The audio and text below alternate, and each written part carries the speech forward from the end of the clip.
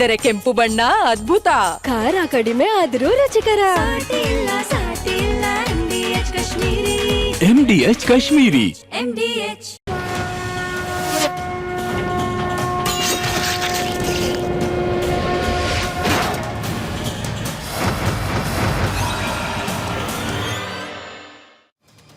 ನಮಸ್ಕಾರ, ಮಹಾಭಾರತ ಚರ್ಚಾ ಕಾರ್ಯಕ್ರಮಕ್ಕೆ ಸ್ವಾಗತ. ನಾನು ಸ್ಮಿತಾ ರಂಗನಾಥ್. ವೀಕ್ಷಕರೇ, ನಿಮಗೆಲ್ಲ ಗೊತ್ತೇ ಇದೆ, ಇರಾನ್ ಹಾಗೆ ಇಸ್ರೇಲ್ನ ನಡುವೆ ನಡೀತಾ ಇರುವ ಯುದ್ಧ ಮತ್ತಷ್ಟು ಮಗದಷ್ಟು ವ್ಯಾಪಕತೆಯನ್ನು ಪಡ್ಕೊಳ್ತಾ ಇದೆ. ಮತ್ತಷ್ಟು ರುದ್ರ ಭೀಕರವಾದ ಪರಿಣಾಮಗಳನ್ನು ಜಾಗತಿಕ ಮಟ್ಟದಲ್ಲಿ ಬೀರಲಿಕ್ಕೆ ಪ್ರಾರಂಭ ಆಗಿದೆ. ಯುದ್ಧ ಮುಂದುವರೆದಂತೆಲ್ಲ ಒಂದಷ್ಟು ಪ್ರಶ್ನೆಗಳು ತೀವ್ರವಾಗಿ ಕಾಡಲಿಕ್ಕೆ ಪ್ರಾರಂಭವಾಗಿದೆ. ಫಾರ್ ಎಕ್ಸಾಂಪಲ್, ನಿಜ ಅರ್ಥದಲ್ಲಿ, ಅರ್ಥ ಇನ್ ದ ಸೆನ್ಸ್ ಮೀನಿಂಗ್ ಅಂತಲೂ ಹೌದು, ಹಾಗೆ ಆರ್ಥಿಕ ವಿಚಾರ ಅಂತಲೂ ಹೌದು, ನಿಜ ಅರ್ಥದಲ್ಲಿ ಮೇಲುಗೈಯನ್ನ ಈ ಯುದ್ಧದಲ್ಲಿ ಸಾಧಿಸ್ತಾ ಇರುವವರು ಯಾರು? ಇರಾನ ಅಥವಾ ಅಮೆರಿಕಾನ? ಇದರ ನಡುವೆ ಈ ಯುದ್ಧದ ಪರಿಣಾಮವಾಗಿ ಅನುಭವಿಸುವ ನಷ್ಟಗಳು ಇನ್ನೆಷ್ಟು ಪಟ್ಟು ಹೆಚ್ಚಾಗೋ ಸಾಧ್ಯತೆ ಇದೆ? ಕೇವಲ ಯುದ್ಧ ಪೀಡಿತ ದೇಶಗಳು ಮಾತ್ರವಲ್ಲ, ಈ ಯುದ್ಧ ಪೀಡಿತ ದೇಶಗಳನ್ನ ಬೇರೆ ಬೇರೆ ಆರ್ಥಿಕ ಕಾರಣಕ್ಕೆ ಅವಲಂಬಿತವಾದ ದೇಶಗಳು, ಇನ್ಕ್ಲೂಡಿಂಗ್ ಭಾರತ. ಇದರ ಜೊತೆಗೆ ರಾಜಕೀಯ ಕೂಡ ಮುಂದುವರೆದಿದೆ. ಭಾರತದ ನಿಲುವು ಇನ್ಫ್ಯಾಕ್ಟ್ ನೇರವಾಗಿ ಇಸ್ರೇಲ್ನ ಪರವಾಗಿ ವಾಲ್ತಾ ಇದೆ. ಹೀಗೆ ಆಗಬಾರ್ದಾಗಿತ್ತು. ಇಸ್ರೇಲ್ನಲ್ಲಿ ಸಿಟ್ಟಿಂಗ್ ಲೀಡರ್ನ ಹತ್ಯೆಯನ್ನ ಖಂಡಿಸಬೇಕಾಗಿತ್ತು ಭಾರತ. ಲೀಡರ್ನ ಖಂಡಿಸ್ಲಿಲ್ವಾ, ಲೀಡರ್ನ ಹತ್ಯೆಯನ್ನ ಖಂಡಿಸ್ಲಿಲ್ವಾ, ಪರವಾಗಿಲ್ಲ. ಆದರೆ ಅಮಾಯಕ ಮಕ್ಕಳ ಮಾರಣ ಹೋಮ ನಡೆದು ಹೋಗಿದೆ, ಇದನ್ನಾದರೂ ಭಾರತ ಖಂಡಿಸಬೇಕಾಗಿತ್ತು ಅಂತ ಹೇಳಿ ಇದೀಗ ಭಾರತ ಸರ್ಕಾರ ಅರ್ಥಾತ್ ಪ್ರಧಾನಿ ನರೇಂದ್ರ ಮೋದಿ ಅವರ ನಿಲುವಿನ ವಿರುದ್ಧ ಕೂಡ ರಾಜಕೀಯ ಚರ್ಚೆ ತೀವ್ರವಾಗ್ತಾ ಸಾಗ್ತಾ ಇದೆ. ಇಷ್ಟು ವಿಚಾರಕ್ಕೆ ಸಂಬಂಧಪಟ್ಟಂತೆ ಹುಟ್ಟಿರುವ ಅನೇಕ ಪ್ರಶ್ನೆಗಳಿಗೆ ಉತ್ತರವನ್ನು ಕಂಡುಕೊಳ್ಳೋ ಪ್ರಯತ್ನವನ್ನು ಇವತ್ತಿನ ಮಹಾಭಾರತ ಚರ್ಚಾ ಕಾರ್ಯಕ್ರಮದಲ್ಲಿ ಮಾಡ್ತಾ ಹೋಗೋಣ. ಇವತ್ತಿನ ಕಾರ್ಯಕ್ರಮದಲ್ಲಿ ಕಾಂಗ್ರೆಸ್ನ ವಕ್ತಾರರಾದ ನಟರಾಜ್ ಗೌಡ್ರಿದ್ದಾರೆ, ಬಿಜೆಪಿ ವಕ್ತಾರರಾದ ಅಶೋಕ್ ಗೌಡ್ರಿದ್ದಾರೆ, ರಕ್ಷಣಾ ಕ್ಷೇತ್ರದ ವಿಶ್ಲೇಷಕರಾದ ಗಿರೀಶ್ ಲಿಂಗಣ್ಣ ಸರ್ ಇದ್ದಾರೆ, ಮುಸ್ಲಿಂ ಮುಖಂಡರಾದ ಉಮರ್ ಶರೀಫ್ ಅವರಿದ್ದಾರೆ, ಅಂತಾರಾಷ್ಟ್ರೀಯ ವಿಶ್ಲೇಷಕರಾದ ಚಂಬಿ ಪುರಾಣಿಕ್ ಸರ್ ಹೊರಗಿನಿಂದ ಕನೆಕ್ಟೆಡ್ ಇದ್ದಾರೆ. ನಮಸ್ಕಾರ, ಕಾರ್ಯಕ್ರಮಕ್ಕೆ ಸ್ವಾಗತ ಸರ್. ಹಾಗೆ ಅನಿವಾಸಿ ಭಾರತೀಯ ಸಮಿತಿಯ ಮಾಜಿ ಉಪಾಧ್ಯಕ್ಷರಾದ ಆರತಿ ಕೃಷ್ಣ ಅವರು ಜಾಯ್ನ್ ಆಗಿದ್ದಾರೆ. ನಮಸ್ಕಾರ, ಎಲ್ಲರಿಗೂ ಕಾರ್ಯಕ್ರಮಕ್ಕೆ ಸ್ವಾಗತ. ನಾನು ಮೊದಲನೇದಾಗಿ ಗಿರೀಶ್ ಸರ್ ತಮ್ಮಿಂದಲೇ ಪ್ರಾರಂಭ ಮಾಡ್ತೀನಿ. ಹೂ ಇಸ್ ವಿನ್ನಿಂಗ್ ಈಗ ಸದ್ಯಕ್ಕೆ? ಯಾಕಂದರೆ ಒಂದಷ್ಟು ರಿಪೋರ್ಟ್ಗಳನ್ನು ಓದ್ತಾ ಇದ್ದೆ, ಸರಿಸುಮಾರು $20,000-30,000 ಬೆಲೆ ಬಾಳುವ ಡ್ರೋನ್ಗಳನ್ನು ಬಳಕೆ ಮಾಡಿಕೊಂಡು ಇರಾನ್ ಅಮೇರಿಕಾದ $1-4 ಮಿಲಿಯನ್ ಬೆಲೆ ಬಾಳುವ ಇಂಟರ್ಸೆಪ್ಟರ್ಗಳನ್ನು ಒಂದು ರೀತಿಯಲ್ಲಿ ನಾಮಾಶೇಷ ಮಾಡ್ತಾ ಇದೆ. ಅಲ್ಲಿಗೆ 200:1 ಅನ್ನೋ ಲೆಕ್ಕಾಚಾರ. $200 ಅಮೆರಿಕಾದು ಇಲ್ಲಿ ವ್ಯಯ ಆಗ್ತಾ ಇದ್ರೆ ಇರಾನ್ ಖರ್ಚು ಮಾಡ್ತಿರೋದು $1 ಲೆಕ್ಕಾಚಾರ ಅಂತ ಹೇಳಿ. ನಿಜವಾಗ್ಲೂ ಯಾರು ಮುನ್ನಡೆಯನ್ನು ಸಾಧಿಸ್ತಿದ್ದಾರೆ ಅಂತ? If you see the defense strength, no doubt America and Israel is technologically strength, but defense alliro strength, they are extremely very high and incomparable to Iran. But Iran is ಎಷ್ಟು maximum economically damage ಮಾಡಬೇಕು ಅವ್ರಿಗೂ damage ಮಾಡ್ತಿದೆ, ಸುತ್ತಮುತ್ತಲ ಇರೋ Gulf ಕಂಟ್ರೀಸ್ಗೂ damage ಮಾಡ್ತಿದೆ, ವಿಶ್ವಕ್ಕೂ damage ಆಗ್ತಾ ಇದೆ. So this is what their aim is. They know that they cannot win the war. Win ಮಾಡೋಕ್ಕೆ ಕಷ್ಟ ಆಗಲ್ಲ. ಹಂಗೆ ಅಂದ್ಬಿಟ್ಟು ಇರಾನನ್ನು ಹೊಸ ದೇಶ ಸೃಷ್ಟಿಸ್ತೀವಿ ಅಂತ ಇವ್ರ ಕೈಲೂ ಮಾಡೋಕ್ಕಾಗಲ್ಲ. ಬಿಕಾಸ್ ಆಫ್ಘಾನಿಸ್ತಾನ್ ಮಾಡೋಕ್ಕಾಗಲಿಲ್ಲ, ಲಿಬಿಯಾ ಮಾಡೋಕ್ಕಾಗಲಿಲ್ಲ, ಇರಾಕ್ ಮಾಡೋಕ್ಕಾಗಲಿಲ್ಲ. Do you think Iran is such a big ದೇಶ, ಅದನ್ನು ಸರಿ ಮಾಡೋಕ್ಕಾಗತ್ತಾ? ಮಾಡೋಕ್ಕಂತೂ ಆಗಲ್ಲ. So only thing is what damages and what losses these people will undergo. ಈಗಾಗಲೇ ಇಸ್ರೇಲ್ ನೀವು ಹೇಳ್ದಂಗೆ ಆ್ಯರೋ ಟು ಮಿಸೈಲ್ ತಗೊಂಡ್ರೆ $4 ಮಿಲಿಯನ್ ಒಂದು ಆ್ಯರೋ ಟು ಮಿಸೈಲ್. ನಮ್ಮ ಬ್ರಹ್ಮೋಸೇ ತಗೊಂಡ್ರು $50 ಕೋಟಿ ಒಂದು ಬ್ರಹ್ಮೋಸ್ ಒಂದು ಮಿಸೈಲ್ ಹೊಡಿಯೋಕ್ಕೆ. I am telling you the cost. So ಈ ಥರ Iran is somewhere is winning in its own thinking. ಅಂದರೆ ಸ್ಟ್ರಾಟಜಿಯಲ್ಲಿ at least what they want to achieve they are achieving. They know that finally there may be a regime change, finally there may be a leader change. ಅವ್ರಿಗೆ ಗೊತ್ತಿದೆ, ಇಲ್ಲ ಅಂತಲ್ಲ, ಏನೋ ಮಾಡ್ತಾರೆ ಇವರು. But at least they want to see what best they can damage and then go. So ಇದರಲ್ಲಿ ಗೆಲುವು ಸೋಲು ಅನ್ನೋಕ್ಕಿಂತ what damages they can cause to the others and to the world. So ಈ ಮೇಲ್ನೋಟಕ್ಕೆ ನೋಡಿದಾಗ ಇರಾನ್ ಮಾಡ್ತಾ ಇರೋ ಡ್ಯಾಮೇಜ್ ಹೆಚ್ಚಾಗಿ ಕಾಣ್ತಾ ಇದೆ. ಇರಾನ್ ಮಾಡ್ತಿರೋ ಡ್ಯಾಮೇಜ್ ತುಂಬಾನೇ ಜಾಸ್ತಿ ಆಗ್ತಾ ಇದೆ. ರೈಟ್. ನಾನು ಎಸ್ಪೆಷಲಿ ಡ್ರೋನ್ಗಳ ಬಗ್ಗೆ ಇನ್ನಷ್ಟು ಮಾಹಿತಿಯನ್ನು ನಿಮ್ಮಿಂದ ಪಡ್ಕೊಳ್ಬೇಕು ಸರ್. 20-30 ಸಾವಿರ ಲೆಕ್ಕಾಚಾರದಲ್ಲಿ, ಡಾಲರ್ ಲೆಕ್ಕಾಚಾರದಲ್ಲಿ ಅಮೆರಿಕಾದಂಥ ಒಂದು ಪ್ರಬಲ ಸೇನೆಯನ್ನ ಹೆದರಿಸ್ತಾ ಇರುವ, ತಕ್ಕ ಮಟ್ಟಿಗೆ ಹಿನ್ನಡೆ ತೆಗೆದುಕೊಳ್ಳೋ ರೀತಿಯಲ್ಲಿ ಮಾಡ್ತಾ ಇರುವ ಡ್ರೋನ್ಗಳ ಬಗ್ಗೆನೇ ವಿಶೇಷ. Best Shahid 136 is the best drone what they are using. America ಅವರು ರಿವರ್ಸ್ ಇಂಜಿನಿಯರಿಂಗ್ ಮಾಡಿ ಲುಕಾಸ್ ಅಂತ ಒಂದು ಡ್ರೋನ್ ಇದನ್ನೇ ಕಾಪಿ ಮಾಡಿದ್ದಾರೆ. ಬಟ್ ಸ್ಟಿಲ್ ಅದು ಜಾಸ್ತಿ ಇದಕ್ಕಿಂತ. Of course Americans are always extremely costly compared to the ಇದು ಅಮೆರಿಕನ್ಸ್ ಆರ್ ವೆಸ್ಟರ್ನ್ ಕಂಟ್ರೀಸ್. ನೀವೇನೇ ಮಾಡಿದ್ರು ಜಾಸ್ತಿನೇ ಇರುತ್ತೆ ಅಲ್ಲಿ ಯಾವಾಗಲೂ. ಸರಿ, ಈ ಡ್ರೋನ್ಗಳ ಬಗ್ಗೆ ಮಾತನಾಡೋಣ. ಅದರ ಜೊತೆಯಲ್ಲಿ ಚಂಬಿ ಪುರಾಣಿಕ್ ಸರ್ ಕೂಡ ಜಾಯಿನ್ ಆಗಿದ್ದಾರೆ. ಚಂಬಿ ಸರ್, ಈಗ ಅಮೆರಿಕ ಹಾಗೆ ಇಸ್ರೇಲ್ ಜಂಟಿಯಾಗಿ ದಾಳಿ ನಡೆಸಿದೆ ಸರಿಯೇ, ಬಟ್ ಯಾರು ಹೇಳ್ದಾಗ ಯಾರು ಕೇಳ್ತಿದ್ದಾರೆ, ಯಾರ ತಾಳಕ್ಕೆ ತಕ್ಕಂತೆ ಯಾರು ಕುಣಿತಿದ್ದಾರೆ, ಯಾರಿಗೋಸ್ಕರ ಯುದ್ಧ ನಡೀತಾ ಇದೆ ಅನ್ನೋ ಪ್ರಶ್ನೆ ಅನೇಕರನ್ನು ಕಾಡ್ತಾ ಇದೆ. ಇಸ್ರೇಲ್ಗೋಸ್ಕರ ಅಮೆರಿಕ ಯುದ್ಧ ಮಾಡಿದ್ದ ಅಥವಾ ಅಮೆರಿಕ ತನ್ನ ಹಿತಾಸಕ್ತಿಗೋಸ್ಕರ ಇಷ್ಟೆಲ್ಲ ಯುದ್ಧಕ್ಕೆ ಕೈ ಹಾಕ್ತಾ ಅಂತ ಹೇಳಿ? ಮಿತಾ, ನೀವು ಹೇಳಿದಾಗೆ ಈ ಅಮೆರಿಕಾದ ಟ್ರಂಪ್ ಏನಿದಾರಲ್ಲ, ಅವರು ಈ ಇಸ್ರೇಲಿನ ನೆತನ್ಯಾಹು ಇದ್ದಾರಲ್ಲ, ಅವರ ಒಂದು ಪ್ರಚೋದನೆಯ ಮೇಲೆ ಈ ಕಾರ್ಯಾಚರಣೆಯನ್ನು ಮಾಡಿದ್ದಾರೆ. ಯಾಕಂದ್ರೆ ಅವರು ಸಿದ್ಧತೆಯನ್ನ ಮಾಡ್ಕೊಂಡಿದ್ರು. ಜಾಯಿಂಟ್ ಆಗಿ ಆಪರೇಷನ್ ಮಾಡ್ಬೇಕಾದ್ರೆ ನಿಮಗೆ ಅಮೆರಿಕಾದ ಟೆರಿಟರಿ ಬಹಳ ದೂರದಲ್ಲಿದೆ, ಬಟ್ ಅವ್ರ ಬೇಸ್ಗಳೆಲ್ಲ ಸುತ್ತಮುತ್ತಲು ಇಲ್ಲಿ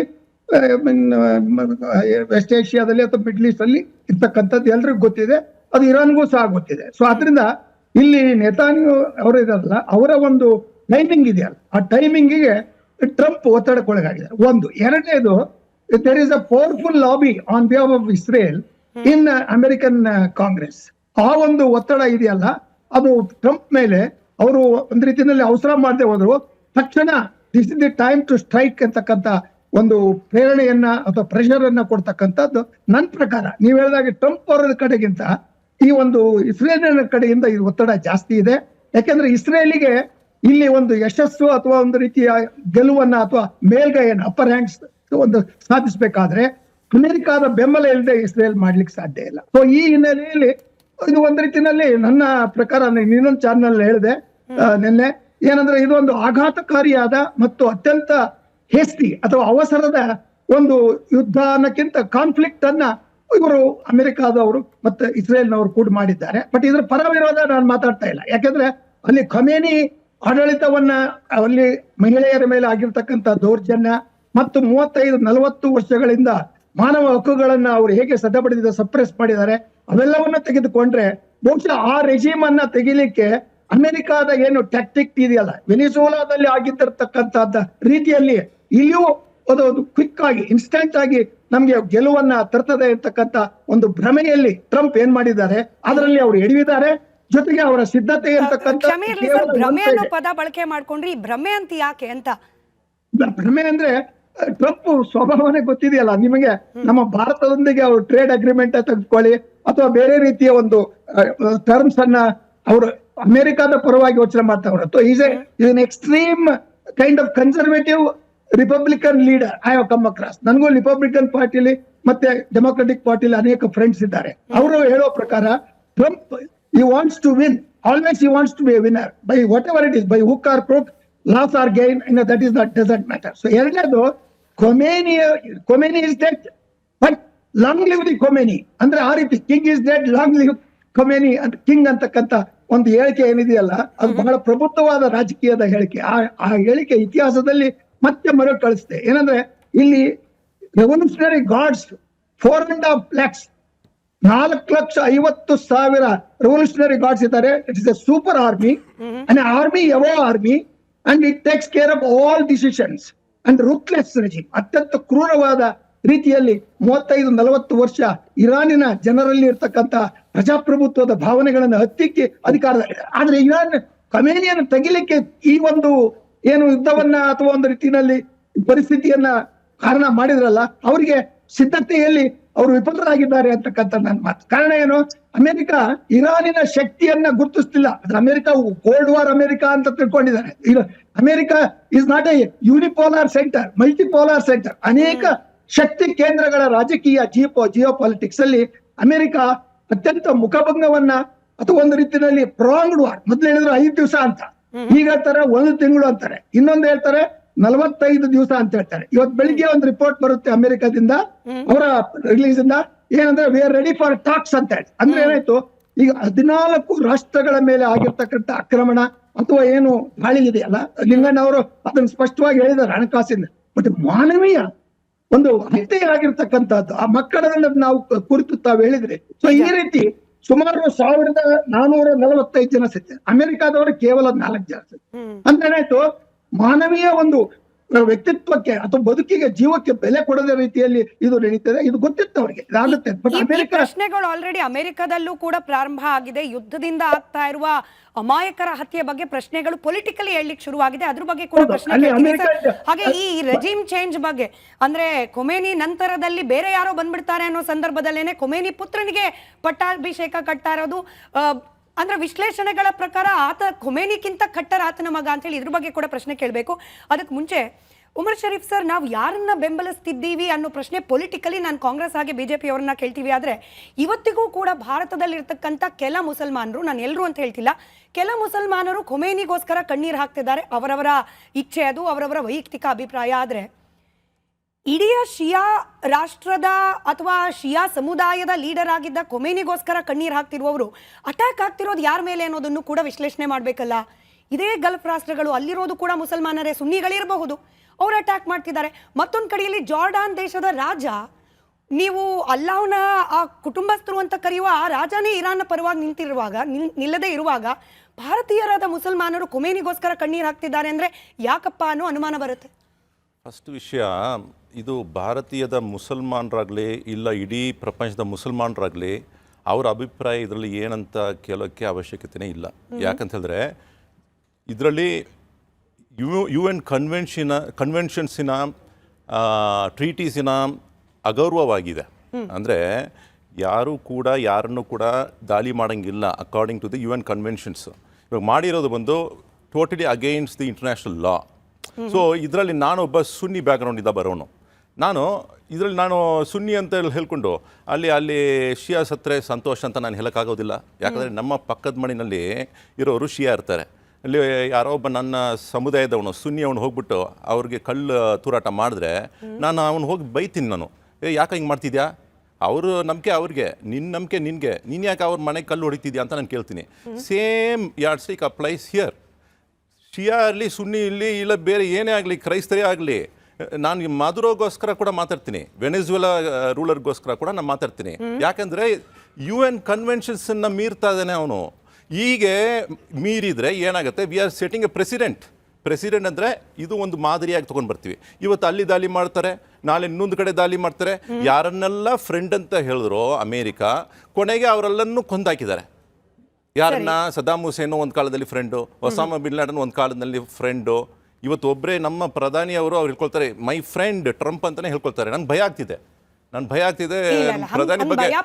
ಇಲ್ಲ ಬಹುಶಃ ಸದ್ಯಕ್ಕಂತೂ ಕಂಡು ಬರ್ತಿಲ್ಲ. ಇಲ್ಲ ಸದ್ಯ ಅದೇ ನಿಮ್ಮ ಮಾತ್ರ ಸ್ಮಿತಾ ಅವರೇ, ಹೆಸರುಗಳ ರೀತಿಯಲ್ಲಿ ನಮ್ಮ ಪ್ರಧಾನಿ ಇಲ್ಲ sir. We can't compare.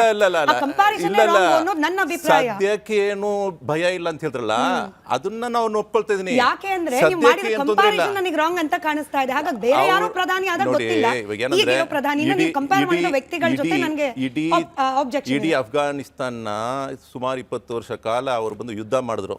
ಅಫ್ಘಾನಿಸ್ತಾನಲ್ಲಿ technology ಎಲ್ಲ ವೀಕ್ ಇದೆ, ಮ್ಯಾನ್ ಪವರ್ ವೀಕ್ ಇದೆ, ಮತ್ತು ಅವರಲ್ಲಿ ಇರೋ ಎಕಾನಮಿ ವೀಕ್ ಇದೆ. ಆದರೂ ಕೂಡ ಕೊನೆಗೆ ಅಮೇರಿಕನ್ ಪವರ್ಸ್ ಬಂದು ಆ ಜಾಗವನ್ನು ಖಾಲಿ ಮಾಡ್ಕೊಂಡು ಹೋಗಿರುವ ಇತಿಹಾಸ ಇದೆ.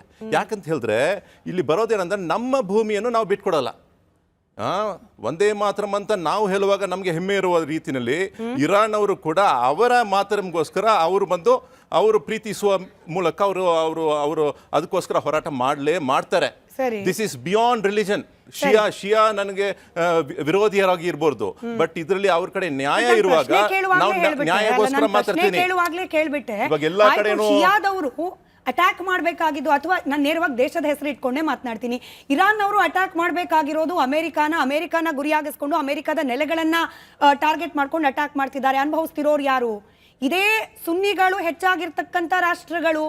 ಅನುಭವಿಸ್ತಿರೋದು ಆರ್ಥಿಕವಾಗಿ ಸಂಕಷ್ಟ ಯಾರು, ಅಥವಾ ಅಲ್ಲಿನ ಜನರು ಅಭದ್ರತೆ ಯಾರು ಅನುಭವಿಸ್ತಾ ಇರೋದು?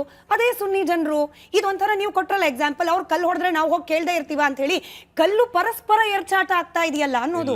ಇಲ್ಲ ನೋಡಿ, ಇರಾನ್ ಆಗಲಿ ಸೌದಿ ಅರೇಬಿಯಾ ಆಗಲಿ ಅವರಲ್ಲಿ ಸಂಬಂಧ ಇದೆ, ಅವರಲ್ಲಿ ಒಳ್ಳೆ ಮಾತುಕತೆಗಳಿದೆ. ಆದರೆ ಇವಾಗ ಏನಾಗಿದೆ ಅಂದರೆ all the Arab countries America ಜೊತೆಗೆ ಒಡಂಬಡಿಕೆ ಮಾಡ್ಕೊಂಡಿದ್ದಾರೆ for the sake of their economical benefit. ಎಲ್ಲರೂ ಮಾಡ್ಕೊಂಡಿದ್ದಾರೆ. ಹಾಗಾಗಿ ಇವಾಗ ಅವರ ವಿರುದ್ಧವಾಗಿ ಹೋದ್ರೆ ಅವ್ರ ಮೇಲೆ ಯುದ್ಧಕ್ಕೆ ತಯಾರಾಗಬೇಕು. ಆದರೆ ಇವಾಗ ಇರಾನ್ ಬಂದು ಕೆಲವು ಜಾಗದಲ್ಲಿ ಅರಬ್ ವರ್ಲ್ಡ್ನಲ್ಲಿ ಅವ್ರ ಮಿಸೈಲ್ಸ್ ಅನ್ನು ಕೂಡ ಹಾಕಿದ್ದಾರೆ. ಎಲ್ಲ ಅಮೇರಿಕನ್ ಏರ್ ಬೇಸ್ಗೆ ಹಾಕಿದ್ದಾರೆ, ಅಮೇರಿಕನ್ ಏರ್ ಬೇಸ್. ಅದಕ್ಕೆ ರಿಟಾಲಿಯೇಟರಿ ಆಗಿ ಯಾರು ಕೂಡ ಡೈರೆಕ್ಟ್ ಆಗಿ ಇರಾನ್ ಅನ್ನು ಅಟ್ಯಾಕ್ ಮಾಡಿಲ್ಲ.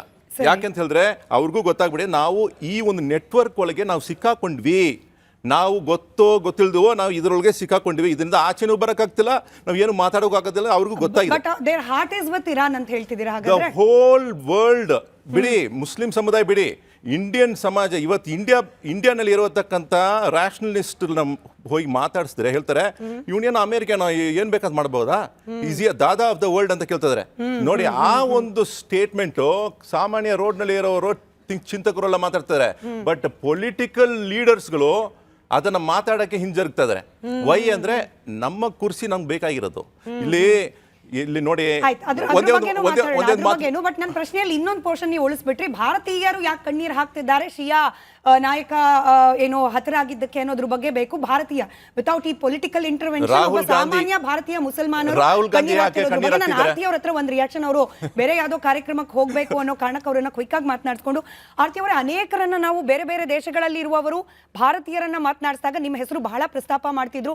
ಆರ್ತಿ ಅವರು ಮುಂದಾಳತ್ವ ತಗೊಂಡು ನಮ್ಗೆಲ್ಲರಿಗೂ ಕೂಡ ಸುರಕ್ಷತೆಯನ್ನ ಎನ್ಶೋರ್ ಮಾಡ್ತಿದ್ದಾರೆ. ಭಾರತಕ್ಕೆ ಯಾರೆಲ್ಲ ವಾಪಸ್ ಹೋಗ್ಬೇಕು ಅಂತ ಹೇಳಿ ಪ್ರಯತ್ನ ಪಡ್ತಿದ್ದಾರೆ ಅವ್ರಿಗೂ ಕೂಡ ವ್ಯವಸ್ಥೆ ಮಾಡ್ಕೊಡ್ತಿದ್ದಾರೆ ಅಂತ ಹೇಳಿ ನಮ್ಮೆಲ್ಲ ವೀಕ್ಷಕರ ಪರವಾಗಿ, ಭಾರತೀಯರು ಕನ್ನಡಿಗರ ಪರವಾಗಿ ಮೊದಲದಾಗಿ ಥ್ಯಾಂಕ್ಸ್ ಹೇಳ್ತಾ, ಆರ್ತಿ ಅವರೇ, ನೀವು ಗಮನಿಸಿದ ಹಾಗೆ ಎಷ್ಟು ಘೋರವಾಗಿದೆ ಈ ಯುದ್ಧದ ಪರಿಸ್ಥಿತಿ? ಅದೇ, ಅವರು ಅಲ್ಲಿರೋರಿಗೆ ತುಂಬಾ ಆತಂಕಕ್ಕೊಳಗಾಗಿದ್ದಾರೆ. ಅಂದ್ರೆ ಅಲ್ಲಿ ನೆಲೆಸಿದವರು ಕೂಡ, ಅದ್ರ ಜೊತೆಗೆ ಇಲ್ಲಿಂದ ವಿಸಿಟ್ಗೆ ಹೋಗಿದ್ದಾರೆ. ಇದೇ ಟೈಮ್ ಅಲ್ಲಿ ಅನೇಕ ಒಂದು ನ್ಯೂಸ್ ಪೇಪರ್ನವರು ಬೇರೆ ಬೇರೆ ಕಡೆ ಫಂಕ್ಷನ್ ಆರ್ಗನೈಸ್ ಮಾಡಿದ್ರು. ಅದೇ ಗಲ್ಫ್ ರಾಷ್ಟ್ರದಲ್ಲಿ ಮತ್ತೆ ಸೌತ್ ಆಫ್ರಿಕಾದಲ್ಲಿ. ಕೆಲವರು ಸೌತ್ ಆಫ್ರಿಕಾದಿಂದ ಬಂದು ಅವರು ದುಬೈ ಮೇಲೆ ಫ್ಲೈಟ್ ಇರೋರೆಲ್ಲ ದುಬೈಲಿ ಸ್ಟಕ್ ಆದ್ರು, ಅಲ್ಲಿಂದ ಫ್ಲೈಟ್ ಕ್ಯಾನ್ಸಲ್ ಆಯ್ತು.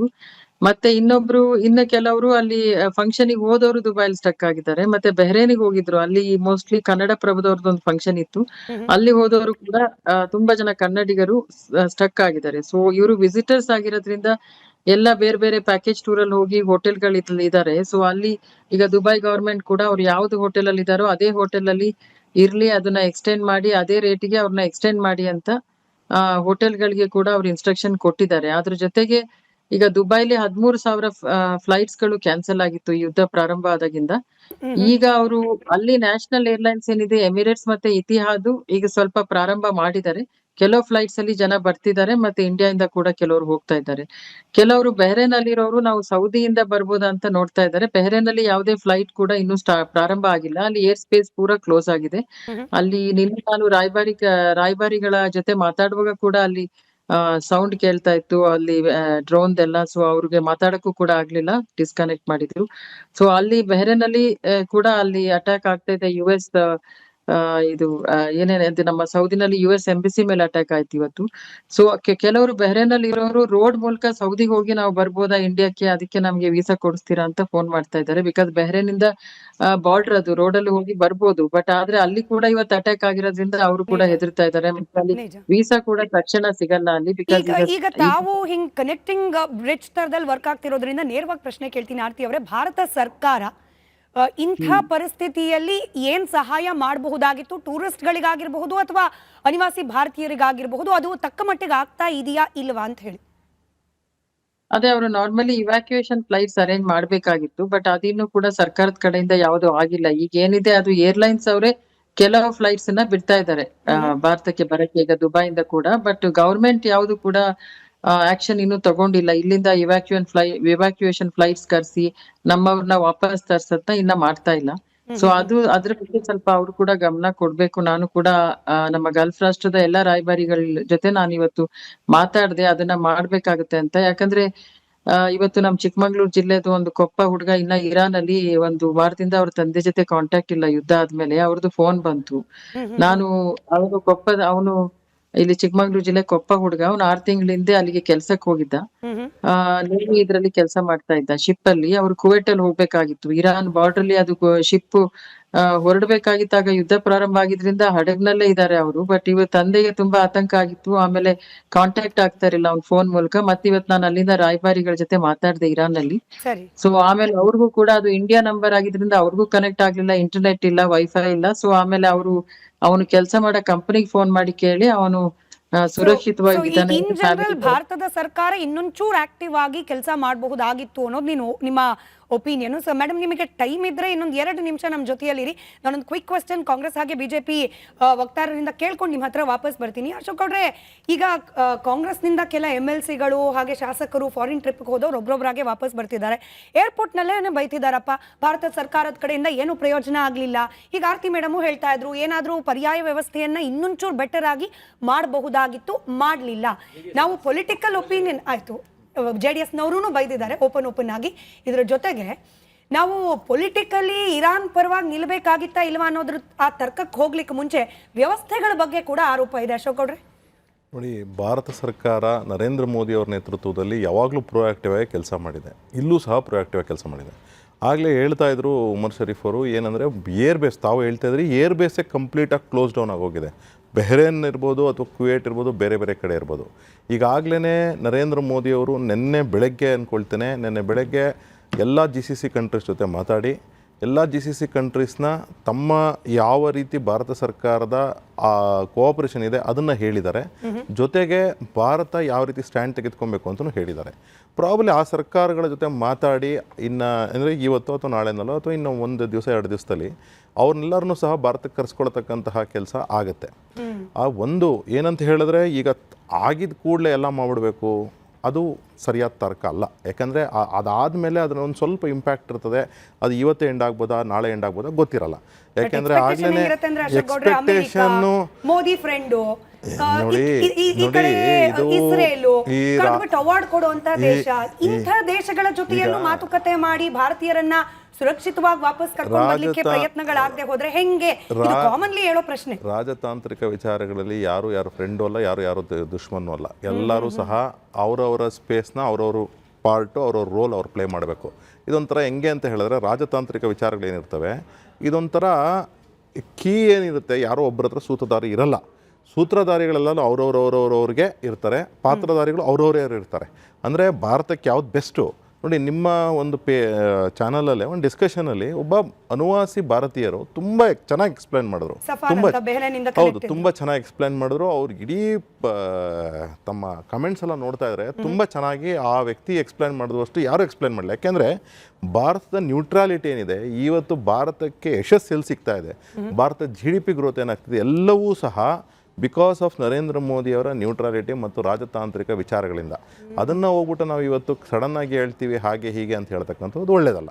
ಹಾಗೆ ಇದೂ ನೆನಪಿಟ್ಕೊಬೇಕು, 1971 ಭಾರತದ ವಾರ್ ಇರ್ಬೋದು ಅಥವಾ ಗಲ್ಫ್ ವಾರ್ ಏನಾಯಿತು ಅಂದರೆ ಇರಾಕ್ ಮೇಲೆ ಏನೋ ವಾರ್ ಆಯಿತು, ಆಗಲೂ ಸಹ ಭಾರತ ಯಾವ ರೀತಿ ಸ್ಟ್ಯಾಂಡ್ ತೆಗೆದುಕೊಂಡಿತ್ತು, ಭಾರತ ವಿರೋಧ ಪಕ್ಷಗಳು ಯಾವ ರೀತಿ ಸ್ಟ್ಯಾಂಡ್ ತೆಗೆದುಕೊಂಡಿದ್ರು ಅಂತಕ್ಕಂಥದ್ದನ್ನು ದಯವಿಟ್ಟು ಸಹ ಗೂಗಲ್ ಮಾಡ್ಕೊಳ್ಳಿ. ಅನೇಕ ಪೇಜ್ಗಳು ಸಿಗ್ತವೆ, ಅನೇಕ ವಿಚಾರಗಳು ಸಿಗ್ತವೆ. ಯಾಕೆ ಹೇಳ್ತಿದ್ದೀನಿ ಅಂತ ಹೇಳಿದ್ರೆ, ಇವತ್ತಿನ ಕಮ್ಯುನಿಸ್ಟ್ ಪಾರ್ಟಿ ಇರ್ಬೋದು ಅಥವಾ ಕಾಂಗ್ರೆಸ್ಸಿನ ಕೆಲವು ನಾಯಕರು ಇರ್ಬೋದು, ಯಾವ ರೀತಿ ಕಮೆಂಟ್ಸ್ ಮಾಡ್ತಿದ್ದೀರಾ ನೀವು, ಆ ಕಮೆಂಟ್ಸ್ನ ಆವತ್ತಿನ ವಿರೋಧ ಪಕ್ಷದಲ್ಲಿದ್ದಂಥವ್ರು ಅಂದರೆ ಈ ಇರಾಕ್ ವಾರ್ ಆದಂಥದ್ದು ಲಿಂಗಣ್ಣವ್ರು ಚೆನ್ನಾಗಿ ಎಕ್ಸ್ಪ್ಲೈನ್ ಮಾಡ್ತಾರೆ. ಯಾಕಂದರೆ ನಾನು ಎಕ್ಸ್ಪ್ಲೈನ್ ಮಾಡಿದ್ರೆ ನಾನೇನೋ ಬಯಾಸ್ಟ್ ಅಂದ್ಕೊಂಡ್ಬಿಡ್ತೀರ. ಆದರೆ ಥರ್ಡ್ ಪಾರ್ಟೀಸ್ ಎಕ್ಸ್ಪ್ಲೈನ್ ಮಾಡಿದಾಗ ತುಂಬ ಚೆನ್ನಾಗಿ ಎಕ್ಸ್ಪ್ಲೈನ್ ಮಾಡಬಹುದು. ಯಾಕೆ ಇದು ಆ ವಿಚಾರಗಳೇನಿತ್ತು, ಕಾಂಗ್ರೆಸ್ ಆವಾಗ ಆಡಳಿತದಲ್ಲಿತ್ತು, PV ನರಸಿಂಹರಾವ್ ಸರ್ಕಾರ ಇತ್ತು, ಆಗ ವಿರೋಧ ಪಕ್ಷದಲ್ಲಿ ಕೂದಿದಂಥವರು BJPಯವರು. ಆವತ್ತು ನಾವು ಯಾವ ರೀತಿ ಸಪೋರ್ಟ್ ಕೊಟ್ವಿ, ಯಾವ ರೀತಿ ಕಮೆಂಟ್ಸ್ ಮಾಡಿದ್ವಿ. ಇವತ್ತಿನ ಕಮೆಂಟ್ಸ್ ನೋಡಿ, ಕಮ್ಯುನಿಸ್ಟ್ ಪಾರ್ಟಿ ಮತಿಗೆಟ್ಬಿಟ್ಟಿದ್ದಾರೆ, ಕಾಂಗ್ರೆಸ್ನ ಕೆಲವು ನಾಯಕರು ಮತಿಗೆಟ್ಬಿಟ್ಟಿದ್ದಾರೆ, ಯಾವ್ಯಾವುದೋ ಕಮೆಂಟ್ಸ್ ಹಾಕ್ತಾರೆ, ಏನೇನೋ ಹಾಕ್ತಾರೆ. ಆಮೇಲೆ ಭಾರತದ ಸ್ಟ್ಯಾಂಡು ನೀವ್ಯಾರು ಹೇಳಕ್ಕೆ ರಾಜತಾಂತ್ರಿಕ ಅಲ್ಲ, ವಿರೋಧ ಪಕ್ಷದವ್ರಿಗೆ ಎಲ್ಲಿ ಹೇಳಬೇಕು? ಈಗ ಒಂದು ನಿಮಿಷ, ನಿಮ್ಮ ಮನೆಯಲ್ಲಿ ನಡೀತಿರ್ತಕ್ಕಂತಹ ಗಲಾಟೆಗೆ ನೀವು ಆಚೆ ಬಂದು ಮಾತಾಡ್ತಕ್ಕಂತಹದ್ದು ಸರಿ ಹೋಗೋದಿಲ್ಲ. ಈಗ ಉದಾಹರಣೆಗೆ ಫಾರ್ ಎಕ್ಸಾಂಪಲ್ ನಿಮ್ಮ ದೇಶದ ಈಗ ದೇಶದ ಉದಾಹರಣೆಗೆ for example that has to be, for example ಈ ಚಾನಲ್ ಒಳಗಡೆ ಇಲ್ಲಿ ಏನು ನಾನು 100-150 ಜನ ನೋಡ್ತಾ ಇದ್ದೀನಿ, ಈ ಚಾನಲ್ ಅಲ್ಲಿ ಯಾರಿಗೋ ಒಬ್ಬೊಬ್ಬರಿಗೆ ಜಗಳ ಆಗ್ತಿರ್ತದೆ. ಅಂದ್ರೆ ಉದಾಹರಣೆಗೆ ತಮ್ಮ ಚಾನಲ್ಗೆ ಬೇಡ ಸುಮ್ಮನೆ ಒಂದು ಇದು ಎಕ್ಸಾಂಪಲ್ ಕೊಡ್ತೀನಿ. ಎದುರುಗಡೆ ಬಿಲ್ಡಿಂಗ್ ಅವ್ರಿಗೆ ನಿಮ್ಮ ಬಿಲ್ಡಿಂಗ್ ಅಲ್ಲಿ ಚಾನಲ್ ಜಗಳ ಆಗ್ತಿದೆ, ಆಗ ನೀವು ಆಚೆಗಡೆ ಹೋಗ್ಬಿಟ್ಟು ಮಾತಾಡಬಾರ್ದು. ನಿಮಗೆ ಬೇರೆ ಸ್ಟ್ಯಾಂಡ್ ಇರ್ಬೋದು ನಿಮ್ದು, ನಿಮ್ಮ ಇವ್ರು ಬೇರೆಯವ್ರಿಗೆ ಬೇರೆ ಸ್ಟ್ಯಾಂಡ್ ಇರ್ಬೋದು, ಆದ್ರೆ ನೀವು ಒಳಗಡೆ ಮಾತಾಡ್ಕೊಂಡು ಒಬ್ರು ಹೋಗಿ ಆಚೆಗಡೆ ಸ್ಟ್ಯಾಂಡ್ ಕೊಡಬೇಕು. ಈಗ ಏನಾಗ್ಬಿಟ್ಟೆ ಕಾಂಗ್ರೆಸ್ಸಿನ ಮತಿಗೆಟ್ಟತನ ಏನಿದೆ ಅದು ತೋರಿಸ್ತಾ ಭಾರತದ ಪ್ರಧಾನಿ ತೆಗೆದುಕೊಂಡಿರುವ ಈ ನ್ಯೂಟ್ರಲ್ ನಿಲುವೇನೆ ದೇಶವನ್ನ ಸುಭದ್ರವಾಗಿಟ್ಟಿದೆ. ಇದು ಯಾಕೆ ಕಾಂಗ್ರೆಸ್ನವರಿಗೆ ಇಷ್ಟ ಆಗ್ತಾ ಇಲ್ಲ? ಇಲ್ಲ, ನ್ಯೂಟ್ರಲ್ ತಗೊಂಡಿಲ್ಲ ಅವರು ಸ್ಟ್ಯಾಂಡ್. ತಟಸ್ಥ ನಿಲುವು ಅಲಿಪ್ತ ನೀತಿ ಭಾರತ ಸರ್ಕಾರದ ನೀತಿ. ಅದು ನರೇಂದ್ರ ಮೋದಿ ನೀತಿ ಅಲ್ಲ, ಮನಮೋಹನ್ ಸಿಂಗ್ ಅವ್ರ ನೀತಿ ಅಲ್ಲ, ಭಾರತ ಸರ್ಕಾರದ ನೀತಿ ಅಲಿಪ್ತ ನೀತಿ. ನಮಗೆ ಇಸ್ರೇಲು ಒಂದೇ, ಪ್ಯಾಲೆಸ್ತೈನು ಒಂದೇ, ಎರಡು ರಾಷ್ಟ್ರಗಳು. ಯಾಕಂದರೆ ಪ್ಯಾಲೆಸ್ತೈನ್ಗೂ ನಾವು ಅದೇ ಗೌರವ ಕೊಡ್ತೀವಿ, ಇಸ್ರೇಲ್ಗೂ ಅದೇ ಗೌರವ ಕೊಡ್ತೀವಿ. ಎಲ್ಲೇ ವಾರ್ ಎಸ್ಕಲೇಟ್ ಆದಾಗ ನಾವು ಸುಮ್ಮನೆ ಕಣ್ಮುಚ್ಕೊಂಡು ನೋಡ್ಕೊಂಡು ನಿಂತ್ಕೊಳ್ಳಲ್ಲ. ನಾವು ಹೇಳ್ತೀವಿ ಶಾಂತಿಯನ್ನು ಕಾಪಾಡ್ಕೊಳ್ಳಿ, ಸಂಧಾನಕ್ಕೆ ಹೋಗಿ, ರಾಜತಾಂತ್ರಿಕ ನೀತಿ ಮುಖಾಂತರ ನೀವು ಚರ್ಚೆ ಮಾಡಿ ಅಂತ ನಾವು ಇದನ್ನು ನೇರವಾಗಿ ಎಲ್ಲ ಕಡೆ ಹೇಳ್ತೀವಿ. ಸರಿ. ಆದರೆ ಜೂನ್ 2025 ಯಾವಾಗ ಇಸ್ರೇಲು ಆಪರೇಷನ್ ರೈಸಿಂಗ್ ಲಯನ್ ಅಂತ ಹೇಳಿ ಏಕಪಕ್ಷೀಯವಾಗಿ ಇರಾನ್ ಮೇಲೆ ದಾಳಿ ಮಾಡಿದಾಗ ನಾವು ಮಾತಾಡಲಿಲ್ಲ. ಆಗಿಂದ ಅಮೇರಿಕ ಮತ್ತು ಇಸ್ರೇಲ್ ಒಟ್ಟಾಗಿ ದಾಳಿ ಮಾಡ್ತಾನೆ ಇದ್ರು ಕೂಡ ಪ್ಲಾನ್ ಮಾಡ್ಕೊಂಡು ಇವಾಗ ಮೋದಿಯವರು ಇಸ್ರೇಲ್ಗೆ ಹೋಗಿದ್ರು. ಅವ್ರು ಬಂದು 2 ದಿನಕ್ಕೇ ಖಮೇನಿ ಅವ್ರದ್ದು ಹತ್ಯೆ ಆಯಿತು. ಆದರೆ ನಾವು ಇಸ್ರೇಲ್ ಪರ ಇದ್ದೀವಿ ಅಂತ ಬಿಂಬಿಸ್ಕೊತಾ ಇರೋದು ಬಹಳ ಆತಂಕಕಾರಿ. ಯಾಕಂದರೆ ನಾವು ಇರಾನ್ನ ದೂರ ಮಾಡಿಕೊಂಡು ಇಸ್ರೇಲ್ ಹತ್ರ ಮಾಡ್ಕೋತಾ ಇಲ್ಲ, ನಮ್ಗೆ ಅಗತ್ಯ ಇಲ್ಲ. ಅದು ಬಲಿಷ್ಠ ರಾಷ್ಟ್ರ ಅಮೇರಿಕ, ಬಲಿಷ್ಠ ರಾಷ್ಟ್ರ ಇಸ್ರೇಲ್, ಒಪ್ಕೊಳ್ಳೋಣ. ಬಲಿಷ್ಠ ರಾಷ್ಟ್ರಗಳು ತಪ್ಪು ಮಾಡಿದಾಗ ತಪ್ಪು ಅಂತ ಹೇಳುವಂಥ ಧೈರ್ಯಗಾರಿಕೆ ಭಾರತಕ್ಕೆ ಮುಂಚೆಯಿಂದ ಇತ್ತು, ಇವಾಗಲೂ ಇದೆ. ಆದರೆ ಮೋದಿಯವರು ಅದನ್ನು ಚಲಾವಣೆ ಮಾಡಬೇಕು. ಏನು ಗೊತ್ತಾ, ನಾವು ತಟಸ್ಥ ಅಂದ್ರೆ ಏನು, ಇಬ್ರು ಪರವಾಗಿ ಇಬ್ರು ಹೇಳ್ತೀವಿ ನಾವು ಶಾಂತಿಯಿಂದ ಕಾಪಾಡ್ಕೊಳ್ಳಿ ಅಂತ. ನಾವು ಈಗ ಮೋದಿಯವರು ಕಂಡಮ್ ಮಾಡಿದ್ರು, ಯಾವುದನ್ನ UAE ಮೇಲೆ ಸೌದಿ ಮೇಲೆ ದಾಳಿ ಮಾಡಿದ್ದನ್ನು ಕಂಡಮ್ ಮಾಡಿದ್ರು. ಅದೊಂದು ತೀವ್ರ ಆತಂಕಕಾರಿ ಅಂತ ಹೇಳಿದ್ರು. ಆದರೆ ಅವ್ರು ನಿರ್ಲಕ್ಷ್ಯ ಮಾಡಿದ್ದು ಯಾವುದು, ಇಸ್ರೇಲು ಅಮೆರಿಕ ಇರಾನ್ ಮೇಲೆ ಮಾಡಿದ ದಾಳಿನ ನಿರ್ಲಕ್ಷ್ಯ ಮಾಡಿದ್ರು. ಇದು ಅದೇನು ತೋರಿಸ್ತದೆ, ತಟಸ್ಥ ನಿಲುವು ತೋರಿಸಲ್ಲ. ಇದು ನೀವು ಬಯಾಸ್ಡ್ ಇದ್ದೀರಿ ಅಂತ ತೋರಿಸ್ತದೆ. ಆದರೆ ನಾವೇನು ಗೊತ್ತಾ, ಭಾರತವಾಗಿ ಯಾವುದೇ ರೀತಿಯಲ್ಲಿ ತಟಸ್ಥ ನಿಲುವು ಅಂದ್ರೆ ಏನಂದ್ರೆ ಇಬ್ರು ಸಮಾನಾಂತರ ದೂರದಲ್ಲಿದ್ದೀರಿ, ನಾವು ಇಬ್ರು ಪರವಾಗಿದ್ದೀವಿ. ಆಯ್ತು, ಅಮೆರಿಕಗೂ ಬಿಸ್ನೆಸ್ ಮಾಡಿ ನಮ್ಗೆ ಬೇಕು, ಅಮೆರಿಕಾಗೆ ಎದ್ಕೊಂಡು ಮಾಡ್ಬೇಕಾ ನಾವು? ರಷ್ಯಾನು ನಮಗೆ ಬೇಕು, ವೆನಿಜುಲಾನು ಬೇಕು, ಇಸ್ರೇಲು ಬೇಕು, ಆದ್ರೆ ಇರಾನ್ ಖಂಡಿತವಾಗಿ ಬೇಕೇ ಬೇಕು. ಎಲ್ಲೋ ಒಂದ್ ಕಡೆ ಅಮೆರಿಕ, ಇಸ್ರೇಲು ಜೊತೆಗೆ ನೀವೇ ಮೆನ್ಷನ್ ಮಾಡಿದ ಹಾಗೆ ಸೌದಿ, ಅದರ ಜೊತೆಗೆ UAE, ಅಲ್ಲಿರ್ತಕ್ಕಂತ 1 ಕೋಟಿಗೂ ಮಿಗಿಲಾದ ಭಾರತೀಯರು, ಇವರೆಲ್ಲರ ಸುರಕ್ಷತೆ ದೃಷ್ಟಿನ ಅಥವಾ ಇರಾನ್ ಅಂತ ನೋಡಿದಾಗ ಯಾವ್ದನ್ನ ಚೂಸ್ ಮಾಡ್ಬೇಕು? ಇಲ್ಲ, ಅಮೆರಿಕ, ಇಸ್ರೇಲು, ಸೌದಿ, UAE, ಒಂದರ್ಥದಲ್ಲಿ ಇಡೀ ಮಧ್ಯಪ್ರಾಚ್ಯ ಜೊತೆಗೆ ಅಮೆರಿಕ, ಇಸ್ರೇಲು, ಇದಿಷ್ಟ ಅಥವಾ ಇರಾನ್ ಅಂತ ನೋಡಿದಾಗ ಏನ್ ಚೂಸ್ ಮಾಡಬೇಕಾಗಿತ್ತು ಕಾಂಗ್ರೆಸ್ನವರ ಪ್ರಕಾರ? ಇಲ್ಲ, ಇರಾನ್ ನೋಡಿ, ಇರಾನ್ ಯಾರ ಮೇಲೆ ಯುದ್ಧ ಮಾಡ್ತದೆ ಅಂತ ತಿಳ್ಕೊಂಡು ನಾವು ಇರಾನ್ ಜೊತೆ ಸ್ನೇಹ ಸಂಬಂಧವನ್ನು ಉಳಿಸ್ಕೊಳ್ಳಲ್ಲ ನಾವು. ಇರಾನ್ ಯಾವ ಕಾರಣಕ್ಕಾಗಿ UAE ಮೇಲೆ, ಅರಬ್ ಕಂಟ್ರೀಸ್ ಮೇಲೆ ಅವರು ದಾಳಿ ಮಾಡಿದ್ದಾರೆ ಅನ್ನೋದು ಬಹಳ ಇಂಪಾರ್ಟೆಂಟ್. ಅವರು ಏಕಪಕ್ಷೀಯವಾಗಿ ಮುಂಚೆನೇ ತೀರ್ಮಾನ ಮಾಡ್ಕೊಂಡು ಮಾಡಿದ್ದಲ್ಲ. ಯಾವಾಗ ಅಮೆರಿಕ ತನ್ನ ನೆಲೆಗಳನ್ನು, ಇವರೆಲ್ಲ ನೆಲೆಗಳನ್ನು ಉಪಯೋಗಿಸ್ಕೊಂಡು ಇರಾನ್ ಮೇಲೆ ದಾಳಿ ಮಾಡಿದ್ರು, ಅವರ ನೆಲೆಗಳನ್ನು ಧ್ವಂಸ ಮಾಡಲಿಕ್ಕೆ, ಕೇವಲ ಅಮೆರಿಕದ ನೆಲೆಗಳನ್ನು, ಸೈನ್ಯ ನೆಲೆಗಳನ್ನು ಧ್ವಂಸ ಮಾಡಲಿಕ್ಕೆ ಅವರು ಹೋರಾಟ ಹೊಡೆದಿದ್ದಾರೆ ಹೊರತು ಅವ್ರು ಯಾವಾಗಲೂ ಹ್ಯಾಬಿಚುಯಲ್ ಆಗಿ ಬಂದು ಇರಾಕ್ಗಾಗ್ಲಿ ಅಥವಾ ಸೌದಿಗಾಗ್ಲಿ ಅಥವಾ ಬಹ್ರೇನ್ಗಾಗ್ಲಿ ಅವ್ರು ಹೊಡೆದವರಲ್ಲ ಅವರು. ಆಯ್ತಾ? ಸೊ ಆಗಿರ್ಬೇಕಾದ್ರೆ ನಮ್ಮ ಭಾರತದ ನೀತಿ ಏನಿದೆ, ನೀನು ಯಾರ ಪರವಾಗಿದ್ಯಾ, ನೀನು ವಿರುದ್ಧವಾಗಿದ್ಯಾ ಅಂತ ಬೇರೆ ದೇಶಗಳು ನೋಡ್ಕೊಂಡು ನಾವು ಮಾಡೋದಿಲ್ಲ. ನಮಗೆ ಪಾಕಿಸ್ತಾನದೊಂದಿಗೆ ಮಾತ್ರ ನಮ್ಮ ಹತ್ರ ಜಗಳ ಇರ್ತಕ್ಕಂಥದ್ದು. ಯಾಕಂದ್ರೆ ಅವ್ರು ಭಯೋತ್ಪಾದನೆಯನ್ನು ಕಳಿಸ್ತಾರೆ ಕಾಶ್ಮೀರಕ್ಕೆ ಅಂತ. ಅದು ಬಿಟ್ಟರೆ ಮಿಕ್ಕಿದ ಎಲ್ಲಾ ರಾಷ್ಟ್ರಗಳು ನಮಗೆ ಸಮಾನಂತ ದೂರದಲ್ಲಿದ್ದಾವೆ. ನಾವು ಅದನ್ನು ಕಾಪಾಡ್ಕೋಬೇಕು. ತಟಸ್ಥ ನೀತಿ ಅಂದ್ರೆ ಏನು, ನೀನು ಒಂದು ಪರವಾಗಿ ನಾನು ಇದ್ದೀನಿ ತೋರಿಸ್ಕೊಳ್ಳೋದು, ಇನ್ನೊಂದನ್ನು ವಿರೋಧವಾಗಿ ತೋರಿಸ್ಕೊಳ್ಳೋದು ತಪ್ಪಾಗುತ್ತೆ. ಈ ನೀತಿನಲ್ಲಿ ಕೇಂದ್ರ ಸರ್ಕಾರ ಎಡವಿದೆ. ಇವತ್ತು ಕೇಂದ್ರ ಸರ್ಕಾರ ಎಡವಿದೆ. ಅದು ದಾಳಿ, ಅಮೆರಿಕದ ದಾಳಿಯನ್ನ ಅವರು ಕಂಡಮ್ ಮಾಡಿದ್ರೆ, ಅಮೆರಿಕ ಇಸ್ರೇಲ್ ದಾಳಿಯನ್ನು ಕಂಡಮ್ ಮಾಡಿದ್ರೆ ಅದು ತಟಸ್ಥ ನೀತಿಯಿಂದ ಬರುತ್ತೆ. ಅದರ್ವೈಸ್ ತಪ್ಪಾಗುತ್ತೆ. ತಟಸ್ಥ ನೀತಿ ಇರಬೇಕು. ಆದ್ರೆ ನಾವು ಒಂದು ದೇಶ ಇನ್ನೊಂದು ದೇಶದ ಮೇಲೆ ಅಟ್ಯಾಕ್ ಮಾಡಿದಾಗ ಕಂಡಮ್ ಮಾಡಬೇಕು, ಇನ್ನೊಂದು ದೇಶನ ನಾವು ಕಂಡು ನೋಡಿ. ಈ ವಿಚಾರಗಳನ್ನ ನೀವು ದಯವಿಟ್ಟು ಸಹ ನಾನು ಎಲ್ಲಾ ವೀಕ್ಷಕರಿಗೂ ತಮ್ಮ ಮಾಧ್ಯಮದ ಮೂಲಕ ತಮ್ಮೆಲ್ಲಾ ವೀಕ್ಷಕರಿಗೂ ಹೇಳ್ತಾ ಇದ್ದೀನಿ. ಗಲ್ಫ್ ವಾರ್ ಆಯಿತು 1991 ಅಲ್ಲಿ. ಆಗ ಯಾವ ರೀತಿ ಸಹಕಾರನ ಸರ್ಕಾರಕ್ಕೆ ವಿರೋಧ ಪಕ್ಷಗಳು ಕೊಟ್ಟಿತ್ತು ಅಂತಕ್ಕಂಥದನ್ನ ತಾವೆಲ್ಲರೂ ಗೂಗಲ್ ಮಾಡ್ಕೊಳ್ಳಿ. ಕಾಂಗ್ರೆಸ್ನ ನಾಯಕರುಗಳು ದಯವಿಟ್ಟು ಕಳಿಸಿ, ರಾಹುಲ್ ಗಾಂಧಿಗೆ ದಯವಿಟ್ಟು ಕಳಿಸಿ, ಆಮೇಲೆ ಬೃಂದಾ ಕಾರಟ್ಗೆ ದಯವಿಟ್ಟು ಕಳಿಸಿ, ಸಿದ್ದರಾಮಯ್ಯನವರಿಗೆ ದಯವಿಟ್ಟು ಟ್ಯಾಗ್ ಮಾಡಿ. ಯಾಕಂದ್ರೆ ಸಿದ್ದರಾಮಯ್ಯನವರು ಎಲ್ಲದಕ್ಕಿಂತ ಮುಖ್ಯ ಮುಖ್ಯಮಂತ್ರಿ.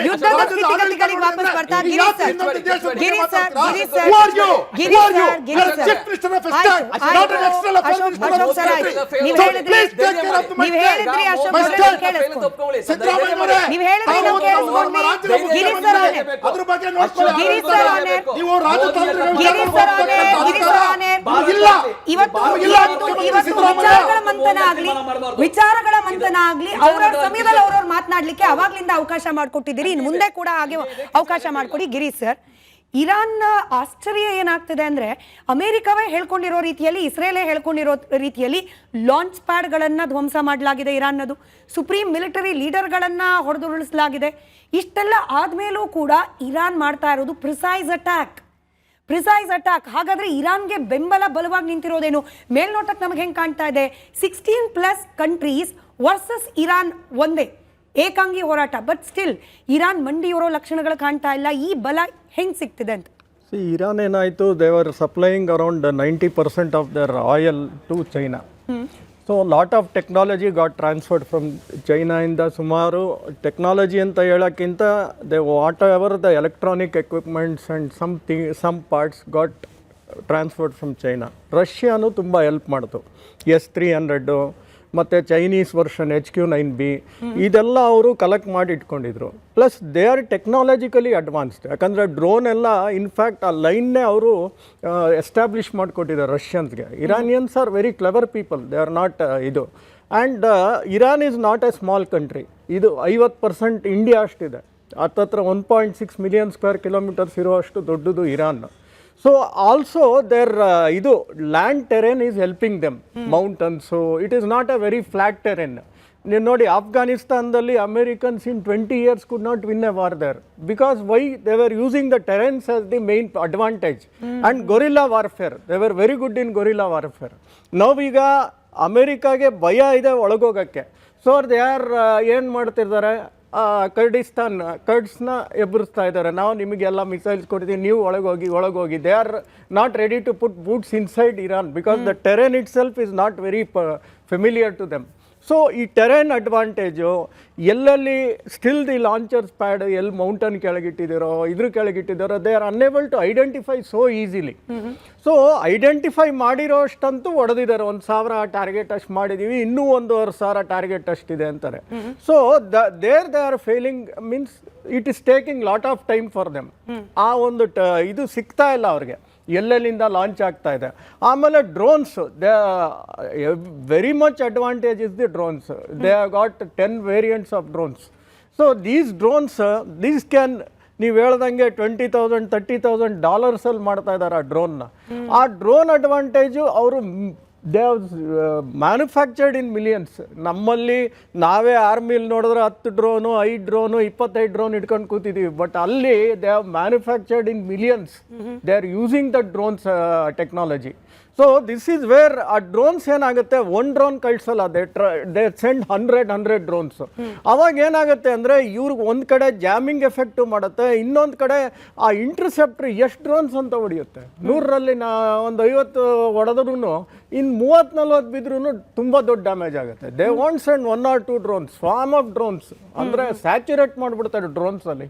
So this is the advantage they are making use of it. Even missiles ಆಗಲಿ ಒಂದು ಹಾಕಲ್ಲ ಅವರು, 25-50 ಆ ಥರ ಹೊಡಿತಾ ಇದ್ದಾರೆ. So how many interceptors can ಇದು ನೀವು ಸ್ಯಾಚುರೇಟ್ ಮಾಡಿದಾಗ. In now they are also going for a cyber attack. Cyber attack ಅಂದರೆ ನಿಮ್ಗೊಂದು ಬ್ಯಾಂಕ್, ನಿಮ್ದೇನೋ ಒಂದು ಅಕೌಂಟ್ ಇರುತ್ತೆ, bank HDFC, I am giving example. ಅಲ್ಲಿ ಏನು ಮಾಡೋದು, 100 ಒಂದು ಫ್ಲಡ್ ಆಫ್ ಮೆಸೇಜಸ್ ಕಳಿಸೋದು, ರಾಂಗ್ ಮೆಸೇಜಸ್. ನೀವು ಒಂದು ಟ್ರಾಫಿಕ್ ಜಾಮ್ ಆದಾಗ ಏನಾಗುತ್ತೆ, ಮೂವ್ಮೆಂಟೇ ಆಗಲ್ಲ. ಸೊ ಅಲ್ಲಿಂದ ಏನಾಗುತ್ತೆ, ಇಂಟರ್ನೆಟ್ ಜಾಮಿಂಗ್ ಆಗುತ್ತೆ ಅವರಿಗೆ. ಸೊ ಎವ್ರಿಥಿಂಗ್ ಫಾಲ್ಸ್ ಮೆಸೇಜಸ್ ಬರುತ್ತೆ ಬ್ಯಾಂಕ್ಸ್ಗಳಿಂದ, ಇದರಿಂದ. So they are doing that technology also. So the various methods they are using. So Trump ಏನಾಗ್ತಿದೆ ಅಂದರೆ, ಇದೆಲ್ಲ ಸಾರ್ ಹೇಳ್ದಂಗೆ 1 ವಾರದಲ್ಲಿ ಮುಗಿಯುವಂಥ ಇದೆಲ್ಲ, it may take 45 days, it may take 50 days. So is extending. First ಏನು ಹೇಳಿದ್ರು, will keep boots, our army boots will go inside ಅಂದರು. ಈಗ ತಿರ್ಗಾ ಏನು ಚೇಂಜ್ ಮಾಡಿದ್ರು, ಇಲ್ಲ ಕರ್ಡ್ಸ್ಗೆ ನಾವು ಕೊಡ್ತೀವಿ, ಇನ್ನೊಂದಷ್ಟು ಎಥ್ನಿಕ್ ಗ್ರೂಪ್ಸ್ ಇದೆ ವಿಚ್ ಆರ್ ಅಗೇನ್ಸ್ಟ್ ದೆಮ್, ಅವ್ರು ಕೊಡ್ತೀವಿ ಶಸ್ತ್ರಾಸ್ತ್ರಗಳು, ಅವ್ರ ಒಳಗೆ ನುಗ್ಲಿ, we will not go inside. So because the terrain advantage ತುಂಬ ಇದೆ ಇರಾನ್ಗೆ. ನಿಜ. ಈಗ ಚಂಪಿ ಸರ್, ಈ ಯುದ್ಧ ಕೇವಲ ರಿಸ್ಟ್ರಿಕ್ಟೆಡ್ ಏರಿಯಾಗೆ ಮಾತ್ರ ಸೀಮಿತವಾಗ್ತಾ ಇಲ್ಲ, ದಿನೇ ದಿನೇ ಇದರ ವ್ಯಾಪಕತೆ ಕೂಡ ಹೆಚ್ಚಾಗ್ತಾ ಇದೆ.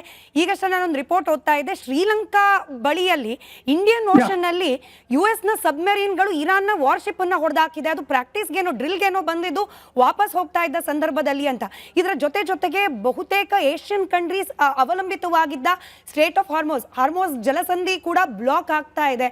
ಅಂದ್ರೆ ಯುದ್ಧದ ವ್ಯಾಪಕತೆ ಹೆಚ್ಚಾಗ್ತಾ ಇರೋದು ಆರ್ಥಿಕತೆ ಮೇಲೆ, ಪ್ರಪಂಚದ ಅದರಲ್ಲೂ ಭಾರತವನ್ನು ಇನ್ಕ್ಲೂಡ್ ಮಾಡಿಕೊಂಡು ಬೇರೆ ಬೇರೆ ದೇಶದ ಆರ್ಥಿಕತೆ ಮೇಲೆ ಬೀರ್ಬಲ್ಲ ಪರಿಣಾಮಗಳು.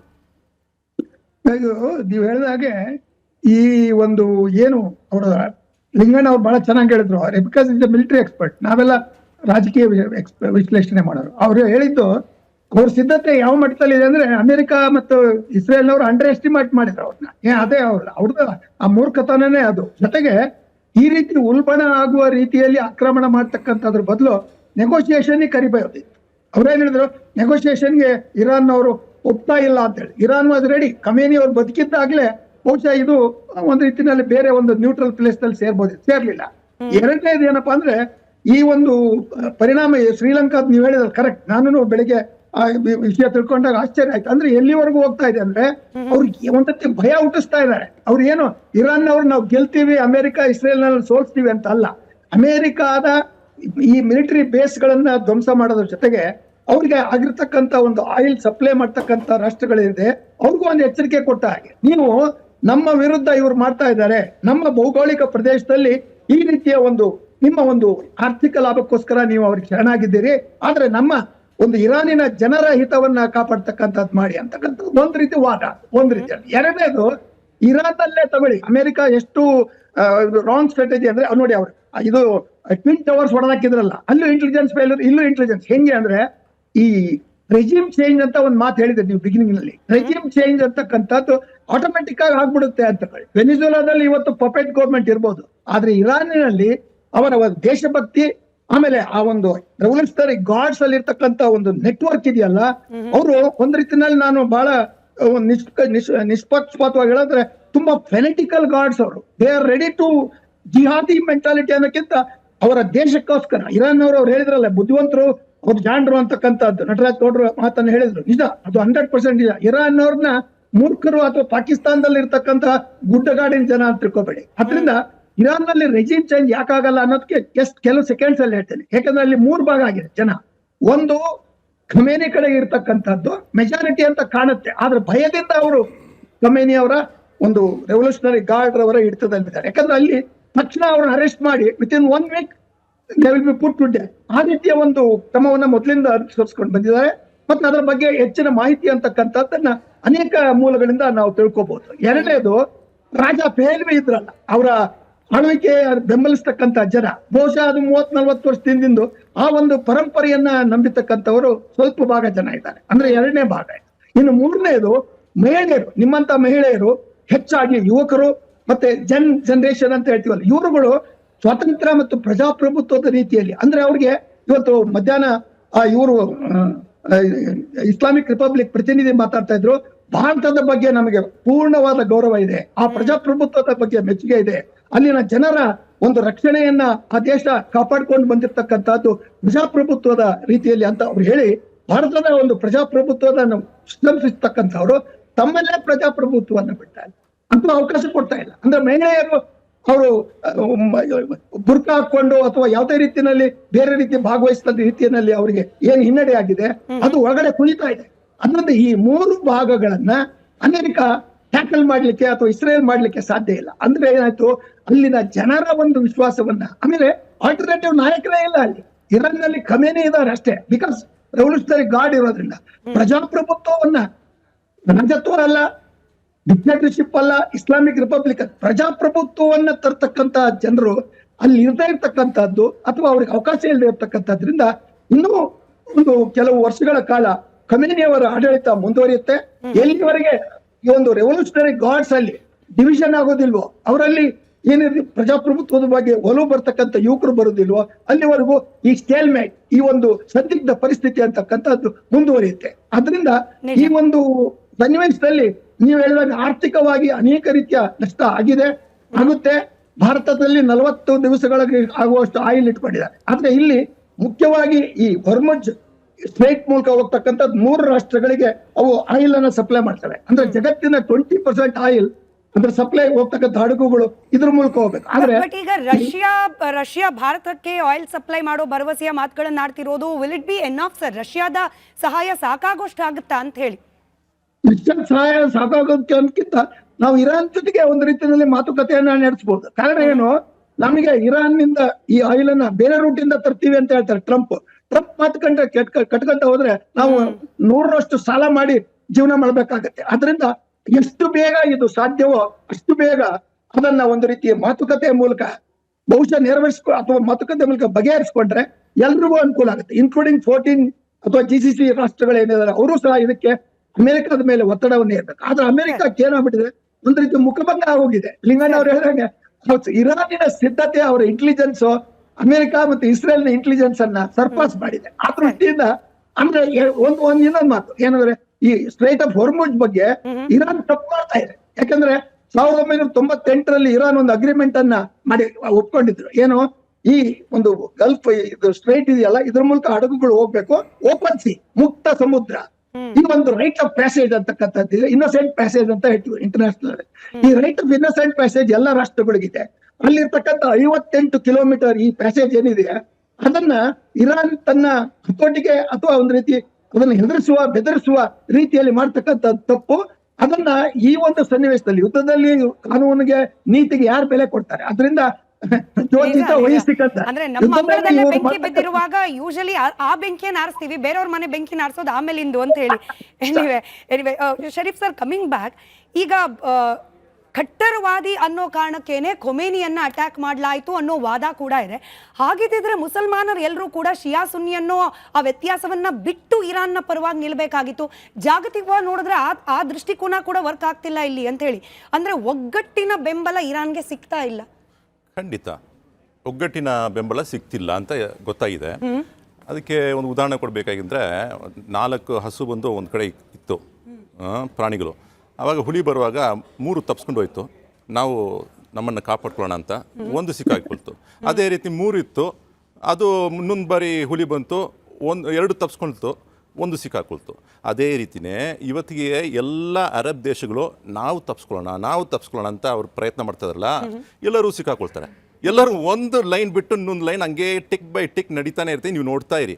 ಆಮೇಲೆ ಸದ್ದಾಮ್ ಹುಸೇನ್ ಆಯ್ತು, ಗದ್ದಾಫಿ ಆಯ್ತು, ಆಮೇಲೆ ಬೇರೆ ಯಾರು ಇಲ್ಲ, ಅದಕ್ಕೆ ಮುಂಚೆ ಎಲ್ಲರೂ ಆಗಿದ್ದಾರೆ. ಇವಾಗ ಏನಾಗುತ್ತೆ, ಇವರೆಲ್ಲ ಚೆನ್ನಾಗಿ ಒಡ್ಸ್ಕೊಂಡ್ ಬಿಟ್ರೆ ಆಮೇಲೆ ಇವ್ರಿಗೆಲ್ಲ ಬುದ್ಧಿ ಬರುತ್ತೆ. ನೋಡ್ರಪ್ಪ, ಒಂದು ಕಾಲದಲ್ಲಿ ನಾವೆಲ್ಲ ಒಗ್ಗಟ್ಟಾಗಿದ್ವಿ, ಇವಾಗ ಯಾಕೆ ನಾವೆಲ್ಲ ಅರಬ್ಸು ಒಟ್ಟಿಗಿರೋಣ, ನಮ್ಮಲ್ಲಿ ಒಂದು ಲೀಡ್ರ್ ಸಾಕು, ನಿನ್ನ ದೇಶನ ನೀನು ಆಡಳಿತ ಮಾಡ್ಕೋ, ಬಟ್ ನಮಗೆಲ್ಲ ಸೇರ್ಕೊಂಡು ಒಂದೇ ಒಂದು ಲೀಡ್ರ್ ಇದ್ದರೆ ಸಾಕು. ಖಿಲಾಫವನ್ನು ಇನ್ನೊಂದು ಬಾರಿ ಮತ್ತೊಂದು ಬಾರಿ ಉಸ್ಮಾನಿ ಖಿಲಾಫ ಐತಲ್ಲ ಬ್ರಿಟಿಷ್ ಕಾಲದಲ್ಲಿ, ಅವಾಗ ಫಸ್ಟ್ ವರ್ಲ್ಡ್ ವಾರ್ನಲ್ಲಿ ಖತಮ್ ಮಾಡಿಬಿಟ್ರಲ್ಲ ಎಲ್ಲರೂ ಸೇರ್ಕೊಂಡು, ಇವಾಗ ಖಿಲಾಫನ್ನು ತಗೊಂಡು ಬರೋಣ, ನಮ್ಮಲ್ಲಿ ಇರತಕ್ಕಂಥಲ್ಲಿ ಒಬ್ಬ ಲೀಡ್ರ್ ಇರಲಿ, ಒಬ್ಬ ಲೀಡ್ರ್ ಮಾತಿಗೆ ಎಲ್ಲರೂ ಬೆಲೆ ಕೊಡೋಣ, ಎಲ್ಲರೂ ಒಗ್ಗಟ್ಟಾಗಿ ಯುದ್ಧ ಮಾಡೋಣ ಅಂತ ಬರುವಾಗ ಅನುಷ್ಠಾನಕ್ಕೆ ಬರಲ್ಲ ಅನ್ನೋದು ಬರಲ್ಲ. 20 ವರ್ಷ ಆಗ್ಬೇಕು, 30 ವರ್ಷ ಆಗ್ಬೇಕು, 50 ವರ್ಷ ಆಗ್ಬೇಕು, ಆ ಒಂದ್ ದಿನ ಬಂದೇ ಬರುತ್ತೆ ನೋಡಿ. ಕರ್ಮ ಸ್ಟ್ರೈಕ್ಸ್ ಬ್ಯಾಕ್, ಅದ್ರಲ್ಲಿ ನಾನು ನಂಬಿದ್ದೀನಿ, ಕರ್ಮವನ್ನು ನಾನು ನಂಬಿದ್ದೀನಿ. ನೀವು ನಂಬಿದ್ರಲ್ಲ.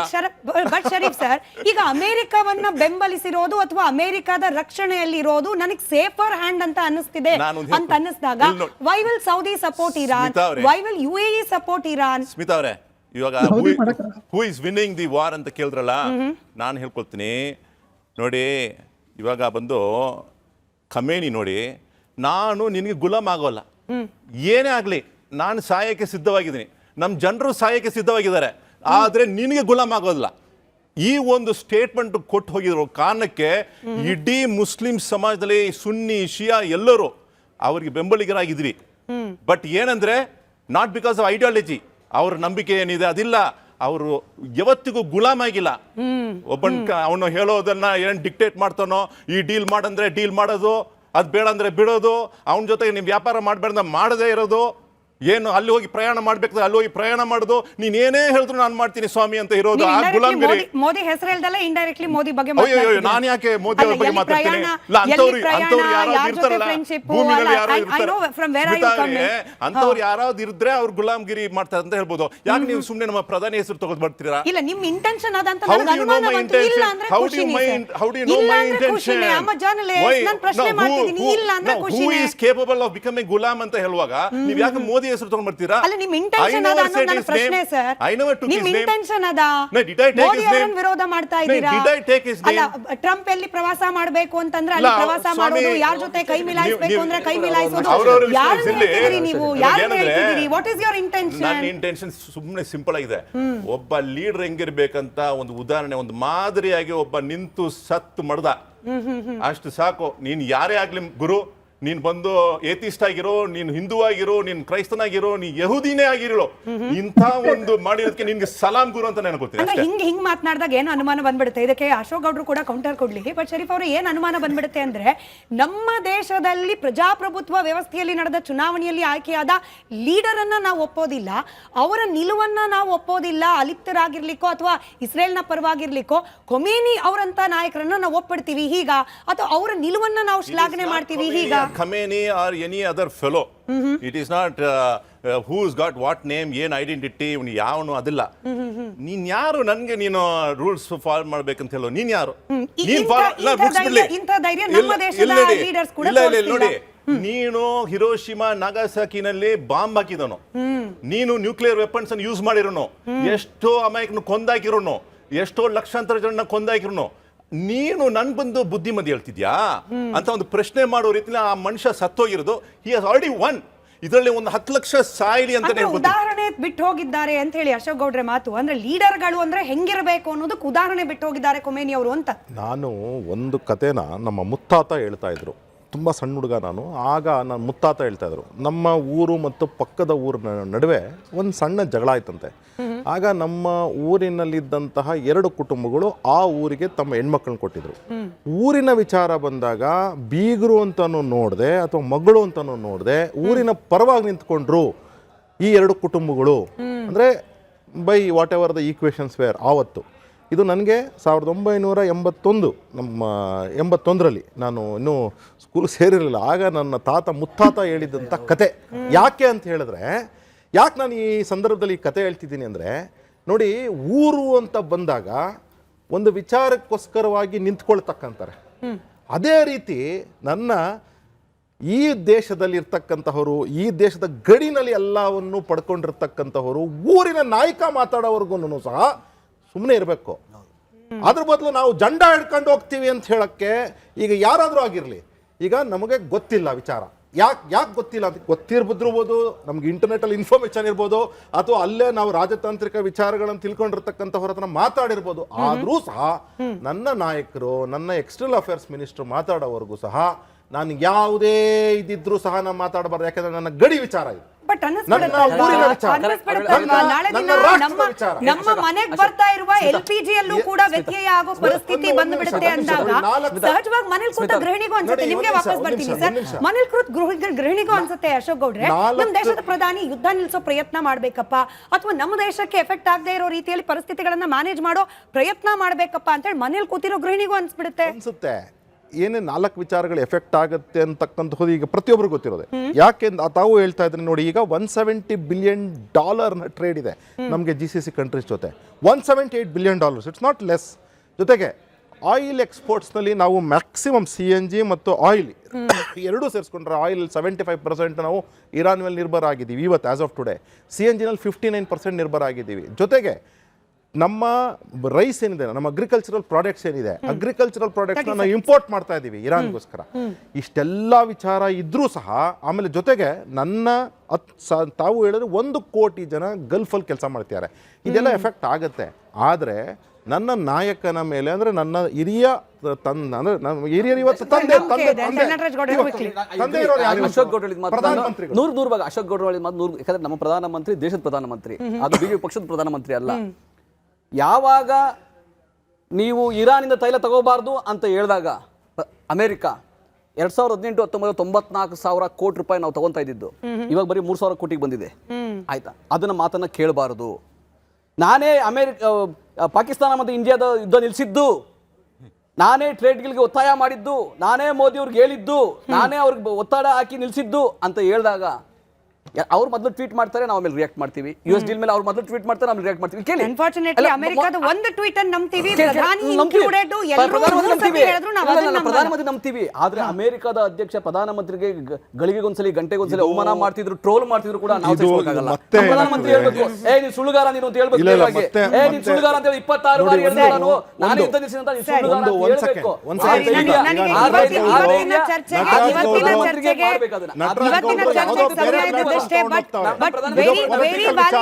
ಇವತ್ತಿನ ಚರ್ಚೆಯಿಂದ ಆಚೆ ಬಂದಿದ್ದು ಮೇಲ್ನೋಟಕ್ಕೆ ಅಮೆರಿಕ ಹಾಗೆ ಇಸ್ರೇಲ್ ಅಪ್ಪರ್ ಹ್ಯಾಂಡ್ ಅಂದ್ರೆ ಮೇಲುಗೈಯನ್ನ ಸಾಧಿಸ್ತಿದೆ ಅಂತ ಅನ್ನಿಸ್ತಿದ್ರು ಕೂಡ ಇಸ್ರೇಲ್ ಕ್ಷಮೆಯಲ್ಲಿ ಇರಾನ್ ತಕ್ಷಣಕ್ಕೆ ಮಂಡಿಯೂರೋ ಲಕ್ಷಣ ಅಂತೂ ಕಂಡು ಬರ್ತಾ ಇಲ್ಲ. ಹೀಗಾಗಿ ತಕ್ಷಣಕ್ಕೆ ಯುದ್ಧ ನಿಂತು ಬಿಡುತ್ತಾ, ಪರಿಸ್ಥಿತಿ ಎಲ್ಲವೂ ಕೂಡ ಮೊದಲಿನಂತೆ ಆಗುತ್ತಾ ಅನ್ನೋ ಪ್ರಶ್ನೆಗೆ ಸಿಂಪಲ್ ಉತ್ತರ ಸದ್ಯಕ್ಕಂತೂ ಇಲ್ಲ ಅಂತ. ಆದಷ್ಟು ಬೇಗ ಪರಿಸ್ಥಿತಿಗಳು ಸುಧಾರಿಸಲಿ, ಭಾರತಕ್ಕೆ ಯಾವುದೇ ರೀತಿಯಲ್ಲೂ ಕೂಡ ತೊಂದರೆ ಆಗದೇ ಇರೋ ರೀತಿಯಲ್ಲಿ ನಮ್ಮ ದೇಶದ ಡೆಮಾಕ್ರೆಟಿಕಲಿ ಆಯ್ಕೆಯಾದ ಪ್ರಧಾನಿಗಳು ನಿಲುವು ನಿರ್ಧಾರಗಳನ್ನು ಕೈಗೊಳ್ಳಿ ಅಂತ ಆಶಿಸ್ತಾ ಈ ಚರ್ಚೆಯನ್ನು ಮುಗಿಸ್ತಾ ಇದ್ದೀನಿ. ಧನ್ಯವಾದ ಎಲ್ಲರಿಗೂ ಕೂಡ ಚರ್ಚೆಯಲ್ಲಿ ಭಾಗಿಯಾಗಿದ್ದಕ್ಕೆ. ನೋಡ್ತಾ ಇರಿ ರಿಪಬ್ಲಿಕ್ ಕನ್ನಡ, ಇದು ನಿಮ್ಮ ಧ್ವನಿ.